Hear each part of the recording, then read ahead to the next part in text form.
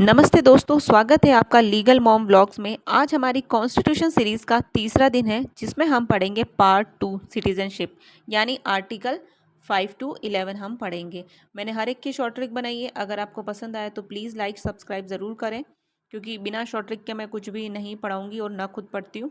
तो मैंने जो पढ़ा है वही मैंने आपके साथ शेयर किया है। तो आर्टिकल 5 बात करता है citizenship at the commencement of the constitution. Commencement कब हुआ था कॉन्स्टिट्यूशन का? 26 जनवरी 1950 को हुआ था। तो सिटीजनशिप कौन कौन कहलाएगा? Every person who has domicile in India, India में रह रहा है वो 26 जनवरी 1950 के टाइम, तो फिर वो सिटीजन ऑफ इंडिया कहलाएगा।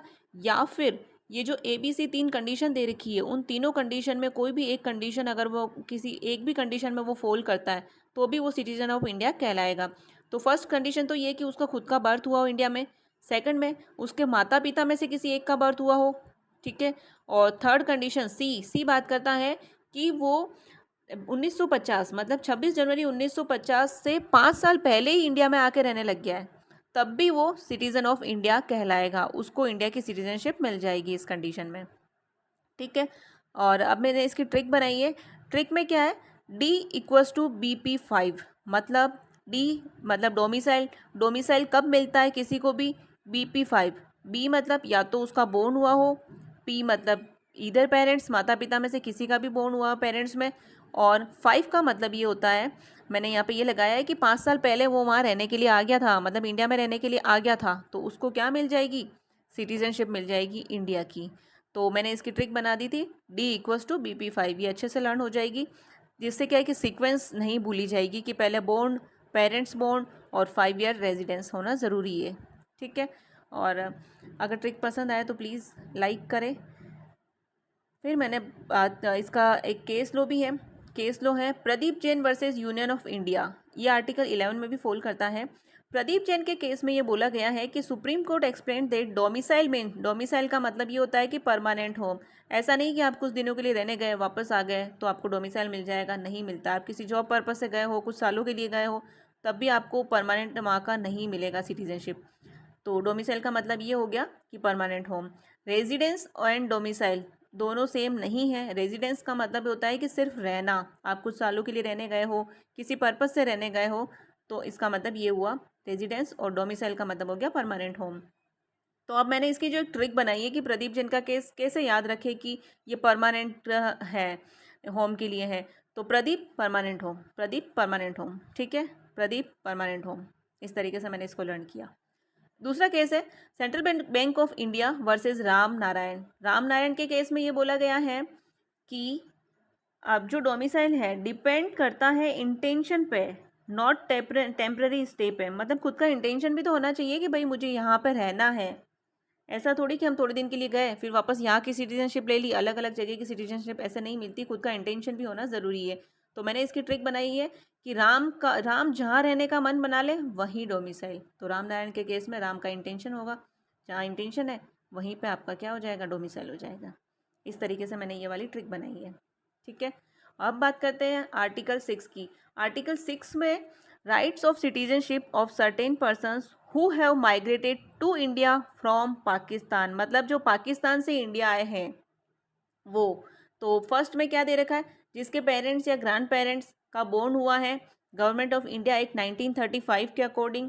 और बी क्लोज में दे रखा है कि जो बिफोर 19 जुलाई 1948 से पहले पहले आ गए हैं तो उनको डायरेक्ट सिटीजनशिप मिल जाएगी। लेकिन जो बाद में आए हैं उनको क्या क्या चाहिएगा? माइग्रेशन परमिट चाहिएगा, सिटीजनशिप के रजिस्ट्रेशन चाहिएगा। लेकिन रजिस्ट्रेशन कब मिलता है? जब वो 6 महीने पहले से आके यहाँ रहने लग गए हो तब जाके उसका रजिस्ट्रेशन होगा, अदरवाइज वो रजिस्ट्रेशन भी नहीं होता है, ठीक है। तो इस तरीके से ये है। अब मैंने इसकी ट्रिक जो बनाई है वो पहले इसमें ये याद रखना है आपको 6 में कि पाकिस्तान से इंडिया में आए, ठीक है। अब इसकी ट्रिक में क्या है? ए में क्या है? एंसेस्टर। एंसेस्टर मतलब दादा दादी हो गए, पेरेंट्स हो गए, वो यहाँ पे आके रहने लग गए हैं, वो ए से ही हो गया। और बी का मतलब ये हो गया बिफोर 19 जुलाई 1948 से पहले अगर आ गया है कोई पर्सन रहने के लिए तो डायरेक्ट सिटीजनशिप मिल जाएगी। और उसके बाद अगर वो आया है तो उसको चाहिएगा कि परमिट, माइग्रेशन चाहिएगा कि यहाँ से यहाँ आया है वो। उसके बाद उसको रजिस्ट्रेशन करवाना होगा। रजिस्ट्रेशन के लिए 6 मंथ रेजिडेंस का होना ज़रूरी है।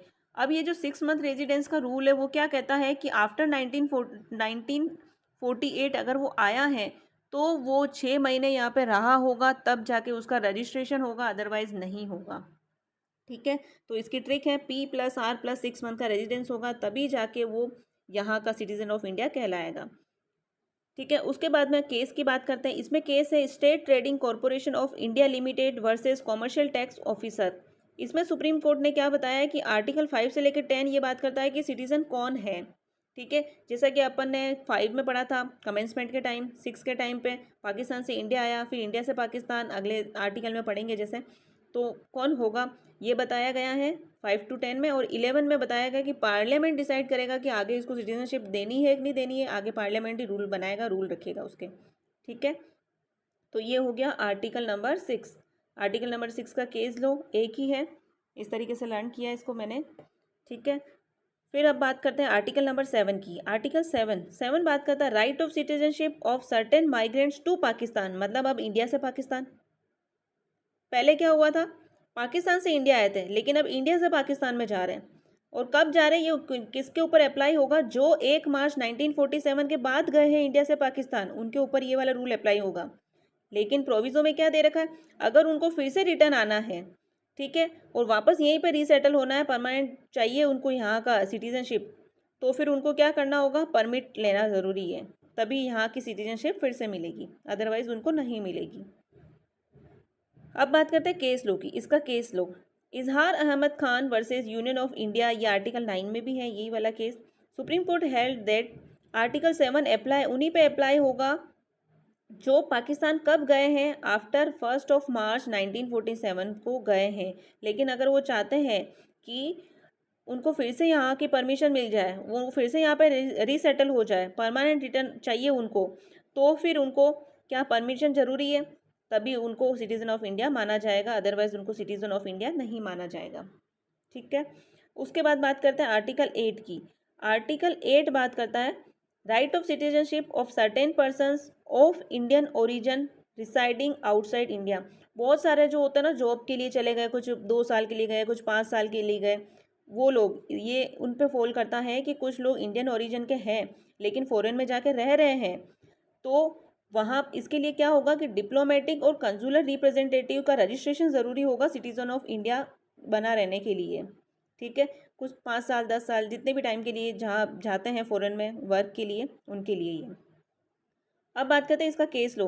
केस लो है कुलाटिल मुम्मू वर्सेस स्टेट ऑफ केरला का केस है। इसमें सुप्रीम कोर्ट ने ये बताया कि सिटीजनशिप में कॉन्स्टिट्यूशन और बाद में बने सिटीजनशिप एक्ट 1958 के अकॉर्डिंग डिसाइड होगी। सिटीजन कॉन्स्टिट्यूशन तो एक तो कमेंसमेंट के टाइम जो आर्टिकल 5 में हमने पढ़ा था, और एक और सिटीजनशिप डिसाइड होती है सिटीजनशिप एक्ट 1955 के अकॉर्डिंग। ठीक है, अब आर्टिकल 8 किसकी बात कर रहा है, तो इन शॉर्ट में कि फॉरेन में रहने वाले इंडिया के लोग जो हैं उनके लिए कि वो रजिस्ट्रेशन के बेस पे यहाँ पे सिटीजनशिप दे सकता है कि हाँ हम लोग किसी पर्पस से रह रहे हैं, पर्टिकुलर पर्पस, उस हिसाब से तो सिटीजनशिप मिल जाएगी उनको। ठीक है, अब बात करते हैं आर्टिकल नंबर 9 की। आर्टिकल 9 बात करता है persons voluntary acquiring citizenship of a foreign state not to be citizen. Definitely अगर आपने आपकी इच्छा से वहाँ की सिटीजनशिप एक्वायर कर ली है, तो फिर तो आप इंडिया के सिटीजनशिप रहोगे ही नहीं, वहीं की आपकी सिटीजनशिप कहलाएगी, यहाँ की नहीं कहलाएगी।